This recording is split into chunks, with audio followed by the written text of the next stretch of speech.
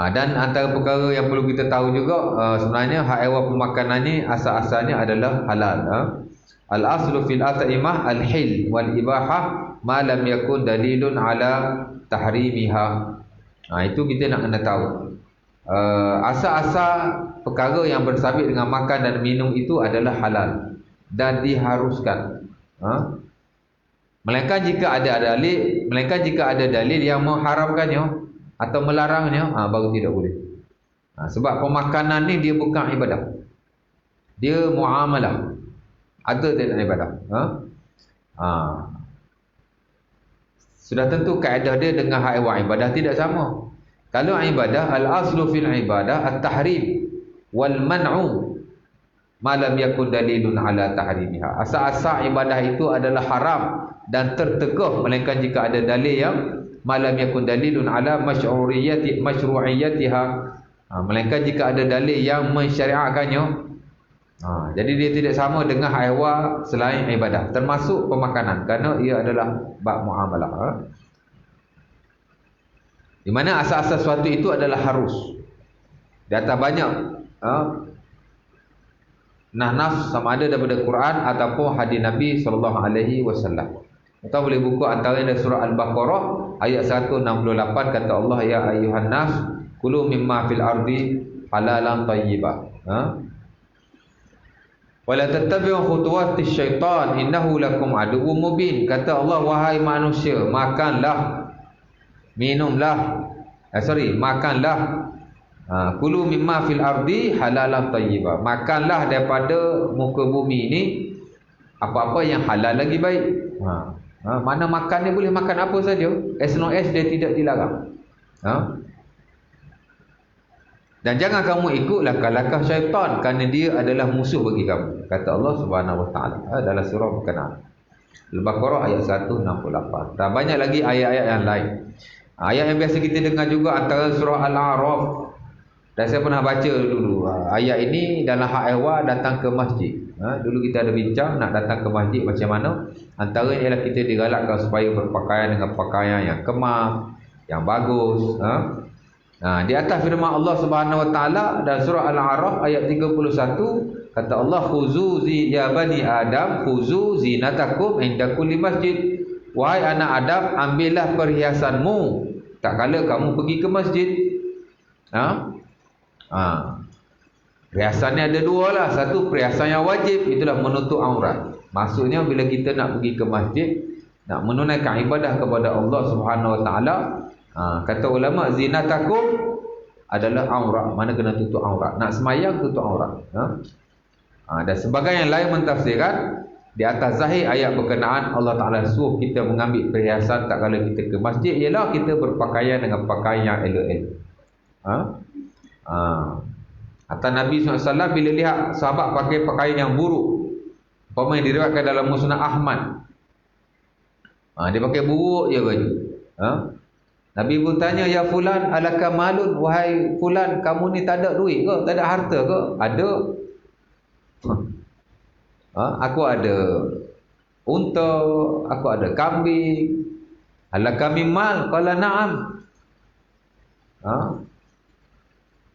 Maluka, apa hartamu? Al-ibil wasya'. Dia kata, aku ada unta, aku ada kambing. Nabi pun kata, kenapa tak pakai yang elok-elok? Innallaha yuhibbu an yara athara ni'matihi ala 'abdi. Nabi pun bagi tahu, dah kamu ada harta, kenapa kamu tak gunakan? Allah Taala suka melihat kesan daripada nikmat yang diberikan kepada hamba-hamba itu. Nampak? Dan begitulah dalam hal-hal yang lain. Jabir pun ada bagi tahu, Nabi bila dilihat orang, especially bila datang ke masjid pakai selekeh je, rambut pun tak sikat. Umpama yang diriwayatkan dalam Sunan Abi Daud, dia tanya Nabi, Sunan Tirmizi tak silap saya. Nabi tanya dia, ya fulan, ama yajid, Nabi tanya, ama tajid syai'an yusakin bihi ra'sak? Kenapa tidakkah kamu mendapati suatu perkara untuk kamu sikat rambutmu? Tak boleh sikat rambut, tak ada duit nak beli sikat ke macam mana? Nabi tanya. Dan bila Nabi melihat sahabatnya berpakaian dan pakaian kotor, Nabi berkata lagi, ama yajid ahadukum syai'an yaghsilu saubahu atau ma'an yaghsilu saubahu. Nak basuh baju tak ada air ke? Bila tengok baju nampak macam kotor, bukan najis tapi nampak baju tak kotor. Kan? Nampak seleket. Nabi kata baju kenapa tak basuh? Penampilan kita especially bila nak datang ke rumah Allah, pakailah pakaian yang baik. Di atas ayat berkenaan surah Al-A'raf ayat 31. Lepas tu Allah Taala kata, ya bani Adam khuzu zinatakum 'inda kulli masjid. Kemudian kata Allah, wa kulu washrabu wa la tusrifu innahu la yuhibbul musrifin. Makanlah dan minumlah dan janganlah kamu melampau-lampau, kerana Allah Taala tidak suka orang-orang yang melampau. Makna is very open. Nak makan apa as long as dia tidak dilarang, tidak ada masalah sama sekali. Nampak? Sebab itu Al-Imam Al-Qurtubi rahimahullahu taala dalam tafsirnya Al-Jami' fi Ahkamil Quran, dia one of the best book dari sudut tafsir para ulama. Dan dia juga adalah my favorite tafsir. Buku tafsir saya paling suka baca dan rujuk ialah buku Al-Imam Al-Qurtubi rahimahullahu taala. Bila dia mentafsirkan ayat berkenaan, dia buat marilah beberapa perkara yang dianggap menyalahi di sisi beliau.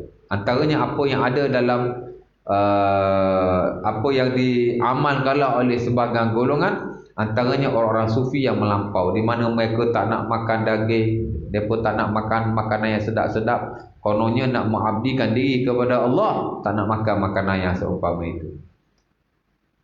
Lalu beliau membawa beberapa asar para sahabat Nabi SAW, hatta Rasulullah sendiri memakan makanan yang bagus-bagus. Dia kata, kana Rasulullah SAW ya'kulu al-lahma thumma yakhruju ila as-salah.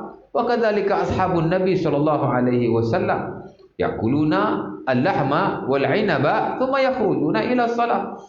Katanya Nabi sallallahu alaihi wasallam makan daging. Nabi makan daging tak? Bila sebut daging ni boleh jadi daging lembu, boleh jadi daging kambing, boleh jadi daging unta. Nabi makan daging tak? Makanlah tuan. Daging ayam pun Nabi makanlah. Sahih Bukhari kata Abu Sa'id kana Nabi ya'kulu lahmad dujaj.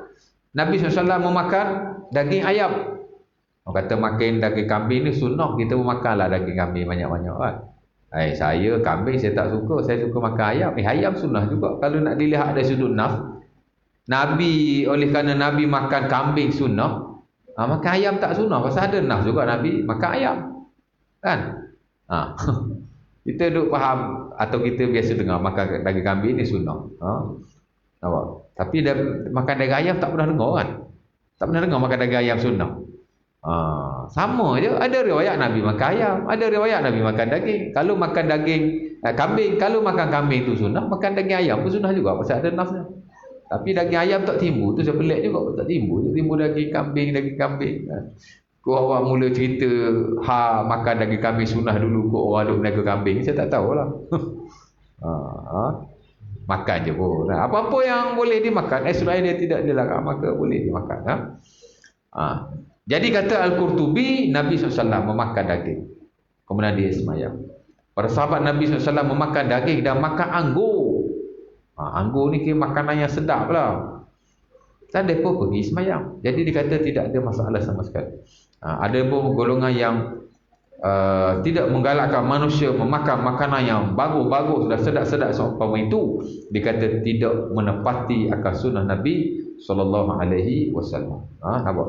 Jadi tidak ada masalah sama sekali. Makanlah tuan-tuan. As long as kata Allah, wala tusrifu, jangan kamu berlebih-lebihan. Nak makan apa saja tak ada masalah. As long as dia tidak dilarang dan kita makan secara tidak berlebih-lebihan dan kita mengamalkan apa yang telah disyariatkan kepada kita. Dan banyak lagi ayat yang lain. Dan asas kepada perkara selain ibadah yang saya kata, asas-asas perkara yang bukan ibadah adalah harus. Rujukan terutama para ulama ialah surah Al-Baqarah ayat 29. Kata Allah, "Wallazi khalaqalakum ma fil ardi jami'an tsumma istawa ila as-sama' fasawwahunna sab'a samawat wa huwa bikulli syai'in alim." Dialah yakni Allah yang telah menciptakan segala yang ada di atas muka bumi ini untuk kamu. Oleh sebab itu, asal-asal perkara selain ibadah adalah harus. Termasuk dalam hal pemakanan, asal-asalnya adalah harus. Tidak ada masalah sama sekali. selagi mana tidak ada dalil yang melarangnya. Baik, itu kita nak kena tahu prinsip tentang pemakanan. Mungkin ada adat makan yang banyak kita tak ingat keseluruhan, tak apa. As long as prinsip pemakanan tu kita tahu. Tadilah asal-asal makanan itu adalah harus, melainkan jika ada dalil atau nas yang melarang. Boleh jadi dalam Quran, boleh jadilah hadis-hadis Nabi SAW, ataupun apa-apa yang telah diijma'kan oleh para ulama yang mengatakan ia haram, dan sudah pasti ijma' datang menerusi Al-Quran dan hadis juga. Jadi kita nak kena faham prinsip itu. Ilmu tak banyak tak apa, janji kita faham tentang prinsip suatu perkara. Baik.